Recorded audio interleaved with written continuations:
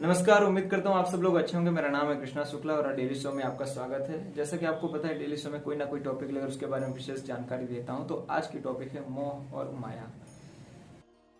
सर्वप्रथम जानते हैं कि मोह माया क्या है।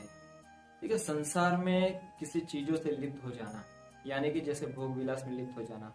इंसान जब भी दुनिया में जन्म लेता है तो उसके साथ ही वो जैसे समाज, धर्म, इन सब चीजों से जुड़ जाता है, तो वो एक मोह माया में फंस जाता है। मोह माया उसके जन्म लेते ही उससे जुड़ जाती है।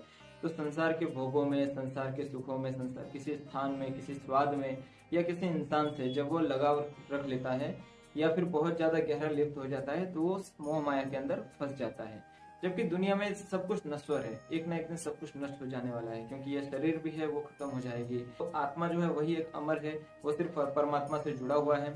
तो आत्मा से परमात्मा को मिलाने के लिए हमारा जन्म होता है, और हम उस लक्ष्य को भटक कर अगर संसार की चीजों में लिप्त हो जाते हैं तो वही मोह माया कहलाता है। यानी हमारा लक्ष्य ये है कि हमें आत्मा को परमात्मा से मिलाना है। अगर इस बीच में कोई भी चीज बाधा आती है तो वो मोह माया कहलाती है। इस संदर्भ में एक कहानी मैं आप लोगों को सुनाता हूँ कि जैसे त्रिकालदर्शी बाबा थे, तो एक बार टहलते हुए किसी आश्रम के पास से गुजर रहे थे, तो वहां से आवाज आ रही थी किसी साध्वी की। तो जैसे माइक में वो बोल रहे थे कि संसार मोह माया है, खाली हाथ आए थे खाली हाथ चले जाओगे, सब कुछ यहीं धरा का धरा रह जाएगा, त्याग दो सब कुछ। त्रिकालदर्शी बाबा ने सोचा कि चलो देखते हैं आखिर कौन है इस तरीके का। तो वो गए, उन्होंने साध्वी के सामने खड़े हो गए। तो साध्वी जी ने पूछा कि तुम भी संसार से परेशान हो क्या, तुम भी मोह माया से परेशान हो क्या, तुम भी मोक्ष चाहते हो, तो आखिर बताओ मुझे। तो त्रिकालदर्शी बाबा जी ने कहा कि नहीं, मैं मेहनत से कमा लूंगा, खा लूंगा अपना सब कुछ, कोई दिक्कत नहीं है मुझे, मैं संसार में बहुत सुखी हूँ। तो साध्वी जी ने ऊपर से नीचे तक देखा बाबा को। तो बाबा ने उस समय जैसे नंबर वाला चश्मा उन्होंने पहना हुआ था, मोटा चश्मा का, और कपड़े जींस टी शर्ट पहन के रखा था, फिर वही हाथ में थैली था। तो उन्होंने बोला, तुम संसार में लिपटे हुए हो, बहुत सारे बुरे कर्म करके यहाँ तक पहुंचे हुए हो, तुम क्या मोक्ष पाओगे, अगले जन्म का सोचो, क्योंकि यहाँ इस जन्म के कर्म ही तुम्हारे अगले जन्म को निर्धारित करेंगे। तो बाबा ने बोला कि इस जन्म का मुझे तो पता नहीं है, अगले एक दिन का मुझे पता नहीं है, तो अगले जन्म का मैं क्यों चिंता करूं, मुझे जो है पर्याप्त है मेरे पास, मेरे जीवन संतोष में चल रही है, बहुत ज्यादा अच्छा सुखी हूँ, कोई दिक्कत नहीं है। तो साध्वी जी ने बोला कि तुम बहुत ज्यादा घमंडी हो, बहुत ज्यादा मूर्ख हो, तुम इतने कुकर्म करके यहाँ तक पहुंचे होंगे, या फिर तुम्हारे शरीर से लग रहा है कि तुम संसार में कितने लिप्त हो चुके हो, कितने मोह माया के भागीदार हो, तुम्हें मुक्ति की जरूरत है, तुम्हें मोक्ष की जरूरत है। तो फिर बाबा ने कुछ नहीं बोला, मुस्कुराकर उन्होंने पूछा साध्वी जी से, क्या आपने मोह माया का सब कुछ त्याग कर दिया है? तो साध्वी जी ने बोला कि हाँ, मैंने मोह माया का सब कुछ त्याग कर दिया है। तो बोले, आप क्या पहनते क्या हो, आप क्या खाते हो? तो उन्होंने बोला, मैं सिर्फ फल मूल और मेवा खाती हूँ, तो भक्त लोग लेके आते हैं वही मैं खाती हूँ, और पहनने में रेशम वस्त्र ही पहनती हूँ। तो बाबा ने देखा तो बड़े से गद्दे पर विराजमान थी, और रेशम सी साड़ी उन्होंने पहन के रखा था, केसरिया कलर की, आगे बहुत सारे फल मूल और मेवा रखा हुआ था। वो ऐसे ही बैठकर भक्तों को प्रवचन दे रही थी कि मोह माया का त्याग करो, और अगल बगल उनके दो जैसे सेविका होती थी, वो हवा दे रही थी पंखे से। बाबा ने बोला कि अच्छा, संसार में आप इतना सब कुछ कर रहे हो, आप भक्तों को ज्ञान दे रहे हो, लेकिन संसार में आप तो जो पहन रहे हो, जो आप खा रहे हो, बहुत सारे लोगों के जीवन अगर देखा जाए तो इन सब चीजों के बिना ही गुजर जाता है। जिंदगी में उन्हें ये सब चीज कभी मिलता ही नहीं है, वो जिंदगी में इन सब चीजों का कामना करते हुए ही चले जाते हैं। तो कहने का मतलब यह है कि संसार में काफी ज्यादा ऐसे चीज हैं जो कि भोग विलास वाले साधन होते हैं। अगर उसमें लिप्त होकर हम अपने आप को उसमें समेट लेते हैं, तो आप क्या होता है कि ईश्वर से जो आपका नाता है, वो कनेक्शन आपका टूट जाता है। तो सही मायने में देखा जाए तो साध्वी भी थी, तो वो पूरे भोग विलास से लिप्त थी, क्योंकि संसार में असलियत में ये होता है कि आप किसी चीज का मोह ना रखो, किसी चीज का आप बहुत ज्यादा उसमें लिप्त ना हो जाओ, यही मोह माया से त्याग होती है। ठीक है, संसार में रहकर भी बहुत सारे आप चीजें कर सकते हो, क्योंकि कर्म करते हुए फल की इच्छा ना करना, ये भी आप मोह माया से दूरी बना रहे हो। भगवान ने ये बोला है कि मेरे शरण में जो भी आता है वो मोह माया को त्याग करके ही आ सकता है। ऐसे मोह माया में रहकर, सांसारिक चीजों में विलिप्त होकर वो मेरा सच्ची साधना या सच्ची भक्ति नहीं कर सकता है।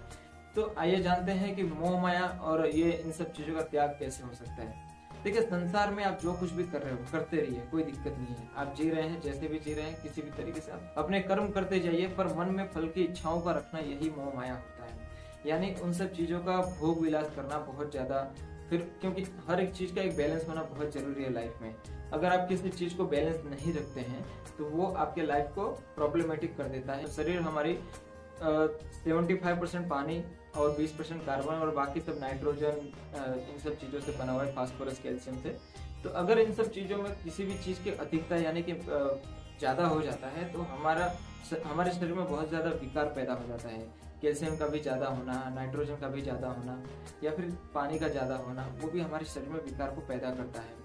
तो देखिए जब शरीर में अगर कोई चीज़ होती है ज़्यादा तो वो शरीर को विकारमय बना देता है। कर्म में क्या होता है कि जैसे बहुत ज्यादा हम उन सब चीजों के प्रति आसक्ति हो जाते हैं, उसके प्रति बहुत ज्यादा हम उसके बिना नहीं रह पाते हैं, या फिर कहते हैं कि हम संसार में इस चीज के बिना हम नहीं रह सकते, इस इंसान के बिना हम नहीं रह सकते।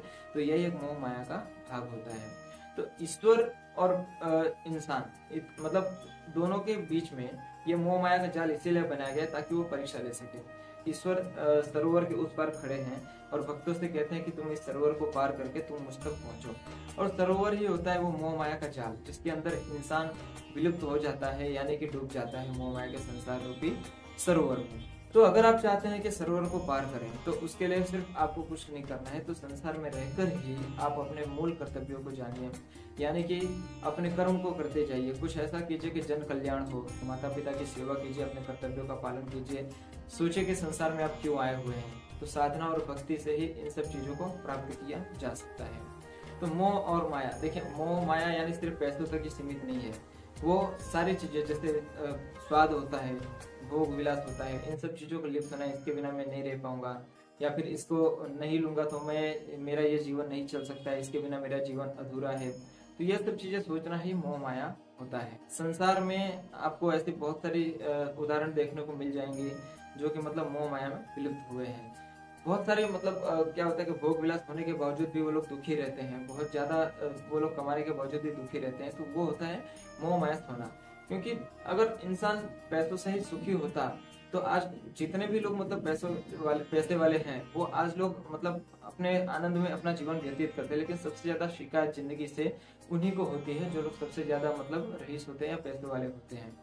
हमें मनुष्य जीवन इसीलिए मिला हुआ है ताकि हम अपने कर्म करते जाए और हमारी जो ज्ञान है उसको हम जागृत करें। देखिए ज्ञान रूपी जो चश्मा होता है ना, उसी से हम संसार के मोह माया के बाहर हम देख सकते हैं, यानी हमें भगवान ज्ञान रूपी चश्मे से ही नजर आ सकते हैं। तो उसके लिए हमें कुछ नहीं करना है, बस भगवान के अंदर सच्ची श्रद्धा और सच्ची साधना रखना है भगवान में। और उनकी सच्ची साधना और सच्ची श्रद्धा जब आप करते हैं तब आप मोह माया से विलुप्त हो जाते हैं, यानी कि संसार की किसी भी चीज में आपकी रुचि नहीं रहती है। जब आप ईश्वर से कनेक्टिविटी रखते हैं तो ईश्वर से कनेक्टिविटी रखने के लिए आपको अपने कर्म से मतलब कर्म तो करते ही जाना है, लेकिन उसमें आपको भोग विलास बहुत ज्यादा लुप्त नहीं हो जाना है, उसका आसक्ति यानी कि मोह माया में नहीं फंसना है। तो आपको सिर्फ एक ही चीज का मोह करना है, वो है ईश्वर की। और ईश्वर क्योंकि वो है निराकार है और ईश्वर है वो मतलब सारे संसार में सारी चीज नश्वर है, मतलब सब खत्म हो जानी है। आप किसी भी चीज को ले लीजिए वो सारी चीज खत्म हो जानी है। तो इसलिए आप उस चीज में ध्यान लगे जो कभी खत्म नहीं होगी। तो आत्मा को परमात्मा से मिलाने का ही हमारा कर्म है, हमारा लक्ष्य है जिंदगी का। तो उसको इस लक्ष्य को मानते हुए अपने कर्म को करते जाइए और अपना जो ध्यान है, अपना जो श्रद्धा है, सच्ची श्रद्धा वो ईश्वर में लगाइए और अपने आप को इस काबिल बनाइए कि आप इस मोह माया संसार से अलग हो सके। क्योंकि संसार में रहकर भी बहुत सारे लोगों ने भगवान की प्राप्ति किया है, जैसे विभीषण।